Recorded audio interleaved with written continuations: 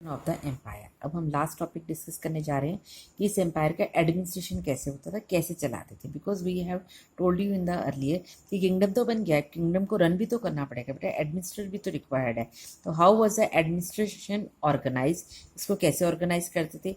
Settlements of peasants known as ur, जहाँ पर किसान रहते थे, पीजेंट्स रहते थे, तो सेटलमेंट्स को क्या बोलते थे, और। उर became prosperous with the spread of irrigation agriculture. अब उर के जो लोग थे, पीजेंट्स जो थे, एग्रीकल्चर की हेल्प से, इरिगेशन की हेल्प से बढ़ने लग गए, प्रॉस्पेरस होने लग गए। And groups of such villages formed larger units called nadu. फिर उसको क्या कहा गया, उर को मिला के क्या कहा गया, नाडो। यहाँ पे समझो बेटा, ये उर है, ये उर है, ये उर है, ये उर है, ये उर है, ये सब ग्रुप मिलके क्या बन गया, नाडो। तो नाडू क्या है, group of villages. Group of larger units are called NADU.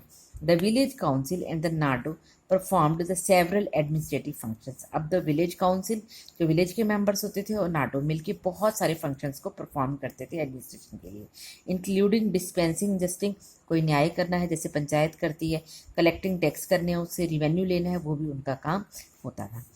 Rich peasants of the Vellala, underline करो, ये साउथ इंडियन नेम है बेटा, ये कास्ट थी, ये पीजेंट्स की कास्ट थी जिन्हें सबसे ज़्यादा अफेयर्स उनके काम होते थे नाडो में। सबसे ज़्यादा काम कौन सी कम्युनिटी को मिलते थे, कौन सी कास्ट के लोगों को दिया जाता था, Vellala. Exercise considerably control over the affairs of the nadu under the supervision of the central Chola government. इस नाडू के ऊपर किसका राइट होता था बेटा, चोला गवर्नमेंट का, central Chola government, main government उनको लुक आफ्टर करती थी। आप ऐसे भी समझ सकते हो, टाउन या तहसील होता है, तहसील से डिस्ट्रिक्ट बनता है, डिस्ट्रिक्ट से फिर क्या बनता है, स्टेट बनता है। तो in the same way they have to be work in that time in the Chola empire. The Chola kings gave some rich land owners the titles. अब जो चोला राजा होते थे वो बड़े बड़े लैंड ओनर्स को टाइटल्स देते थे। अंडरलाइन करो, इन टाइटल्स का क्या नाम है, मुवनेंद देवेलिन, जिसका मीनिंग होता है द लेवेलिन in a peasant serving 3 kings. वो ऐसा विलन का ग्रुप होता था पीजेंट्स का जो 3 राजाओं को सर्व कर चुका था, मतलब उनके बेटा, पापा, दादा सब उसी ग्रुप को फॉलो कर रहे थे एडमिनिस्ट्रेशन में।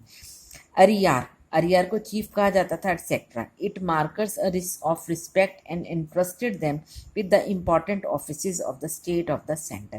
तो जितने भी सेंटर के ऑफिस होती थे, स्टेट के ऑफिस होते थे, आपस में मिलकर इनकी हेल्प से कार्य करते थे, एडमिनिस्ट्रेशन को रन करते थे। ये लैंड दे रखिए बेटा, टाइप्स ऑफ लैंड कि जो जो लैंड जिसको दी जाती थी उसको कहाँ क्या जाता था। तो फर्स्ट अंडरलाइन कर लो इसको, वेलना विगई, द लैंड ऑफ नॉन ब्राह्मण। जो नॉन ब्राह्मण्स को लैंड दी जाती थी क्योंकि वो वेलन ग्रुप को दी जाती थी, तो उसको क्या कहा जाता था, वेलन विगई। ब्रह्मदेव, जो ब्राह्मणों को लैंड दी जाती थी, that is known as brahmadeya. Shalabhoga, शाला जैसे पाठशाला, तो जो land for the maintenance of a school के लिए दी जाती थी उसको क्या बोलते थे, शाला भोगा। देवदान, जो मंदिर के लिए दान दी जाती थी उसको क्या बोलते थे, devadana. And the pallichchhandam, land donated to Jain institution, जो जैन इंस्टीट्यूशन को दान में दी जाती थी उसको क्या बोलते थे, पाली छंदम। अंडरलाइन कर लो बेटे, नेम जो है सारे साउथ इंडियन है and that is little bit difficult, तो आप इसको रीड करेंगे तो you come to know Pali छंदनम।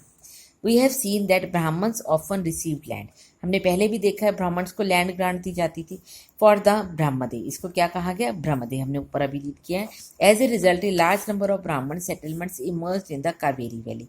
Kaveri valley पे क्यों इमर्ज होते थे वहाँ पे, क्योंकि कावेरी वैली कैसी थी बेटा, फर्टाइल लैंड थी in the other parts of the south India. Each brahmadeya was looked after by an assembly, हर ब्रह्मदेव को कौन लुक आफ्टर करता था, असेंबली और सभा। ठीक है, अब इसके ऊपर कौन हो गए, ब्रह्मदेव के ऊपर कौन हो गई, सभा और असेंबली ऑफ द प्रोमिनेंट ब्राह्मण लैंड ओनर। जो मेन फेमस ब्राह्मण लैंड ओनर्स होते थे वही असेंबली या सभा के मेंबर बनते थे। These assemblies worked very efficiently, और ये असेंबलीज जो थी बहुत अच्छे से काम करती थी। Their decisions were recorded in detail in inscriptions. हम नेक्स्ट पेज में इंस्क्रिप्शन पढ़ेंगे, हमें वहीं से अकाउंट पता चलता है कि इनकी कैसे काम करते थे, कैसी कंडीशंस होती थी। We have to discuss on the next page.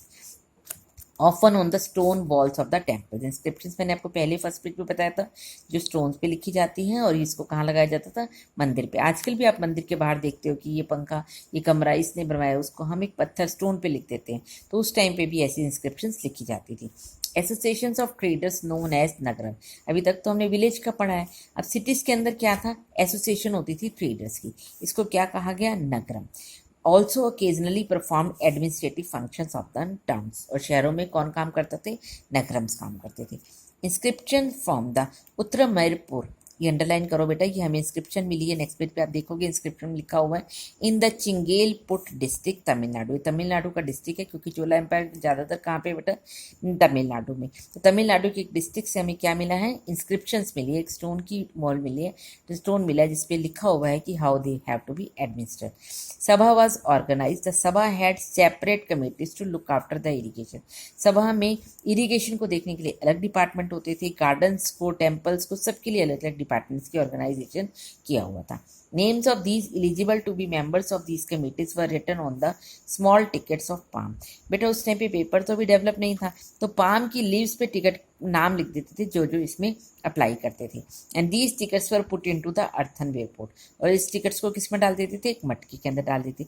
From which a young boy was asked, एक छोटे बच्चे को बुला के to take out the tickets, उसमें से एक टिकट को निकाला जाता था, 1 by 1 फॉर ईच कमेटी, और हर कमेटी के लिए एक एक मेंबर को उसमें से चूज किया जाता था। तो लेट अस डिस्कस, जैसे आप राजा मंत्री चोर सिपाही खेलते हो ना, स्लिप्स बनाते हो, स्लिप्स में लिख दिया, फिर एक बच्चा एक स्लिप उठा लेता है, तो इन द सेम वे वहाँ पर भी पाम लीव के ऊपर नेम लिख के उसमें अर्थन पोट में डाल देते, अर्थन पोट से वो बच्चा उठा लेता था। And after that they have to decided कि कौन सा पर्सन सभा में कौन सा काम करेगा। सो ये this is the picture of the inscriptions, you can read it. This part is very important, I am reading and explaining you कि कौन मेंबर बनते थे सभा के लिए और उसकी क्या क्वालिफिकेशन होती थी। Who could be a member of a sabha, कौन सभा का मेंबर बन सकता था। The Uttaramerur inscriptions lays down, इसलिए इंस्क्रिप्शंस में लिखा हुआ, क्या लिखा हुआ है अंडरलाइन करो, all those who wish to become members of the sabha should be owner of land, उसके पास क्या होनी चाहिए? अपनी ज़मीन होनी चाहिए, लैंड ओनर होना चाहिए। From which land revenues collect, और उस लैंड ओनर से क्या होना चाहिए? लैंड रिवेन्यू भी आना चाहिए। They should have their own homes, उसका अपना घर होना चाहिए। They should between the age of 35 and 70 years of age, उसकी एज भी क्या होनी चाहिए? 35 और 70 years. They should have knowledge of Vedas, उसको वेदास का ज्ञान भी होना चाहिए।